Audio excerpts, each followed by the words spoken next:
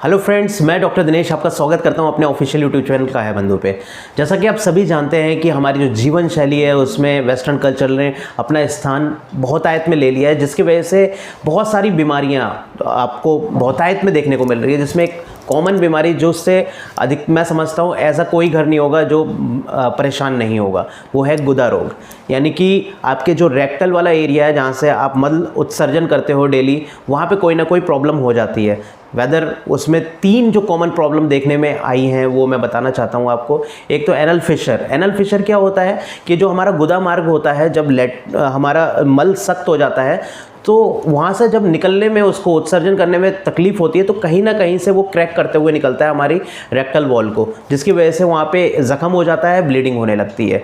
ये बहुत ही पैथेटिक और पेन वाली कंडीशन होती है, क्योंकि पेशेंट जब मोशन करने के लिए जाता है तब तक उसे पेन होता है, ब्लीडिंग होती है। क्योंकि आप भी जानते हो, अगर यहाँ पर मेरे कोई चोट लगी, अगर मैं उसको रोज़ रब कर दूँ, रोज़ उसको हरा कर दूँ, तो वो ज़ख्म कभी सूख नहीं पाएगा। तो यही होता है कारण एनल फिशर में कि जब भी पेशेंट मोशन के लिए जाता है तो उसको तकलीफ होती है, पेन होता है, ब्लीडिंग हो सकती है, सॉइलिंग हो जाती है, वहाँ पे जलन बहुत ज़्यादा होती है। इसको आयुर्वेद में परिकर्तिका के नाम से जाना जाता है। अब मैं बात करता हूँ दूसरी कंडीशन जो कि बहुत ही कॉमन है, पाइल्स, जिसको हम लोग आम भाषा में मस्से बोलते हैं कि हमारे गुदा मार्ग में मस्से हो गए हैं। इसको हिमोरॉइड्स के नाम से भी जानते हैं, और हम लोग इसको और गुदा अर्श भी बोलते हैं आयुर्वेद में।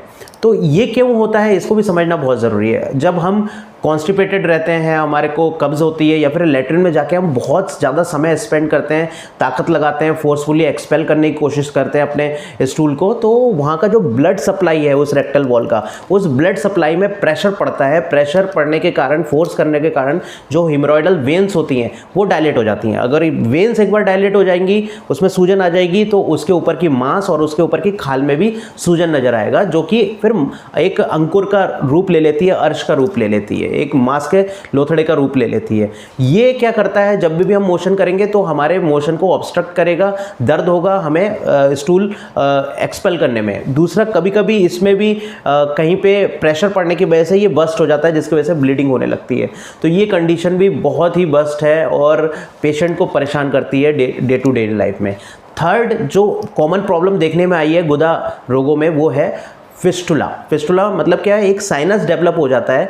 कभी कभी आप देखते होंगे गुदा मार्ग के आसपास कहीं पे फोड़ा अगर हो जाता है, वही जो फोड़ा है फिर अंदर ही अंदर रास्ता बना के रेक्टल वॉल तक, रेक्टम के एनस के एरिया तक पहुंच जाता है। तो ये जो एक दूसरा रास्ता बन जाता है, ये ओपन एंडेड भी हो सकता है और क्लोज एंड भी हो सकता है। यानी कि बाहर तो रास्ता है, अंदर पूरा रेक्टल के एरिया तक भी पहुँच सकता है, और कभी कभी क्या होता है कि वो आधे रास्ते तक ही पहुँचता है। तो हम कुछ इन्वेस्टिगेशन है, लाइक फिस्टुलोग्राम है, एक्सरे करवा के देख सकते हैं, या फिर एमआरआई करा के भी देख सकते हैं, जिससे हमें पूरा उसके ट्रैक का पता लग जाता है। और एक बार हमें ट्रैक का पता लग जाता है तो हम पेशेंट को एक्सप्लेन कर सकते हैं कि हम किस तरीके से इसको ट्रीट करेंगे। अब रही बात इन तीनों ही कंडीशन से हम निजात कैसे पाएं, क्योंकि ये तीनों ही कंडीशन पेशेंट को डे टू डे लाइफ जो एक्टिविटीज़ होती है उसको हैम्पर कर देती है। परेशान हो जाता है पेशेंट और इधर से उधर डॉक्टर शॉपकीपिंग करने लगता है। इसका जो सबसे अच्छा ट्रीटमेंट है वो आयुर्वेद में है। जो हमारी 4 सूत्र पद्धति है, चिकित्सा की पद्धति है, उससे 100% पेशेंट को रिलीफ मिलता है। बट दिक्कत क्या है कि पेशेंट हम तक तब पहुंचता है जब पेशेंट की कंडीशन बहुत ज़्यादा वर्स्ट हो रखी होती है।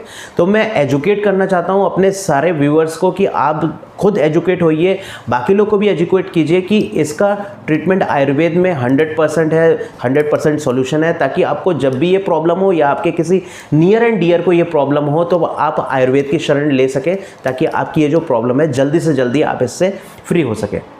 ये मेरा वीडियो बहुत इंपॉर्टेंट है, क्योंकि ये एक बहुत ही ज्वलंत और हर घर की एक परेशानी बन गई है। तो ये मेरा वीडियो ज़्यादा से ज़्यादा लोगों तक शेयर करिए, ताकि उनको आयुर्वेद और इन बीमारियों के बारे में पता लग सके। Thank you so much.